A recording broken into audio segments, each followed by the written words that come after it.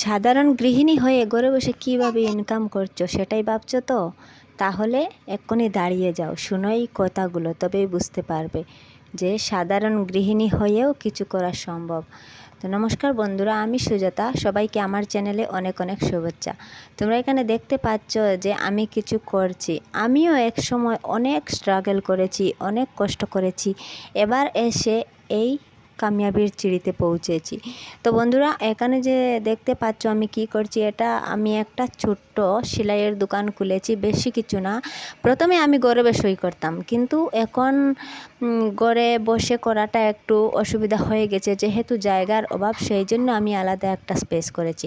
তো বন্ধুরা, আমি সেই সব গৃহিণীদের উদ্দেশ্য বলছি যে যারা কাজ করতে চাও, ঘরে বসে ইনকাম করতে চাও, ছোট কাজ দিয়ে শুরু করো। যদি তুমি আমার মতো কিছু সেলাই জানো, তাহলে আজই শুরু করে দাও। একটি ছোট্ট সেলাই মেশিন কিনে আজই ঘরে বসে কাজ শুরু করে দাও। শুধু জরুরি নয় যে আমি সব কাজ করব, সবার জন্য ডিজাইনার জিনিস তৈরি করব। না বন্ধুরা, ডিজাইনার জিনিসের প্রয়োজন নেই। প্রথমে আমরা অল্টারেশন থেকে শুরু করব। পুরনো কাপড়কে ঠিক করে দেওয়া, তারপর এই নাইটিগুলোকে ফিটিংস করা, বা লম্বা হয়ে গেছে বাট্টি করা, বা অন্যান্য রেডিমেড কাপড়গুলোকে আমরা সাইজ করে দেব। এই কাজগুলো দিয়েই তোমরা শুরু করতে পারো। আর সবচেয়ে সহজ জিনিস হলো যে যদি আমরা শাড়িতে ফলস এবং পিকো করি, তাহলে তো সোনায় সুহাগা।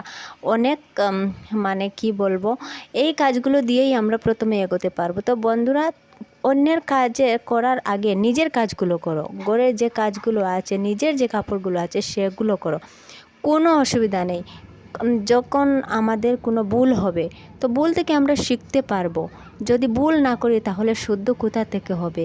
আর ভুল থেকেই আমাদের শুদ্ধটা শুরু হবে। তো বন্ধুরা, আমরা ঘরের কাজ করব, পুরনো শাড়ি দিয়ে নতুন নতুন ডিজাইনের ব্লাউজ তৈরি করব, সালোয়ার কামিজ তৈরি করব, বেবি ফ্রক তৈরি করব। এই জিনিসগুলো থেকেই আমাদের প্রমোশন হবে। 2-4জন আসবে, ওদের দেখবে, ভালো লাগবে, ওরা নিয়ে যাবে। আর যদি না হয় বন্ধুরা, তোমরা কুশন কভার বানাতে শুরু করো, বা লেপের উষার বানাতে শুরু করো। এই কাজগুলো দিয়ে খুব তাড়াতাড়ি এগোনো সম্ভব। তো এই যে আজ তোমরা আমাকে দেখতে পাচ্ছ, আমি আজ নিজের জন্য সেলাইয়ের একটা দোকান খুলেছি। এটা মানে অনেক বছরের স্বপ্ন, অনেক বছরের পর আমি এই জায়গায় এসে হাজির হয়েছি। আর সবার আশীর্বাদ আর ভালোবাসায় আজ আমি এতটুকু এগোতে পেরেছি। তো বন্ধুরা, আমি আশা করব তোমরা এভাবেই আমাকে আশীর্বাদ করো, সাপোর্ট করো।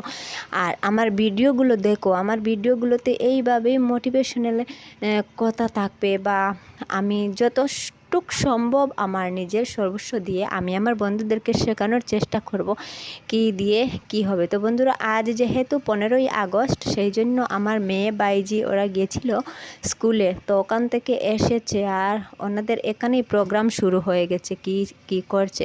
তো বন্ধুরা, যদি আমার এই ভিডিওটা ভালো লাগে, আর যদি মনে হয় যে আমি কোনো প্রয়োজনীয় কিছু তথ্য দিচ্ছি, তো প্লিজ আমার চ্যানেলটাকে সাবস্ক্রাইব করো, আমার সঙ্গে থেকো, ভিডিওগুলোকে লাইক করো। তো চলো বন্ধুরা,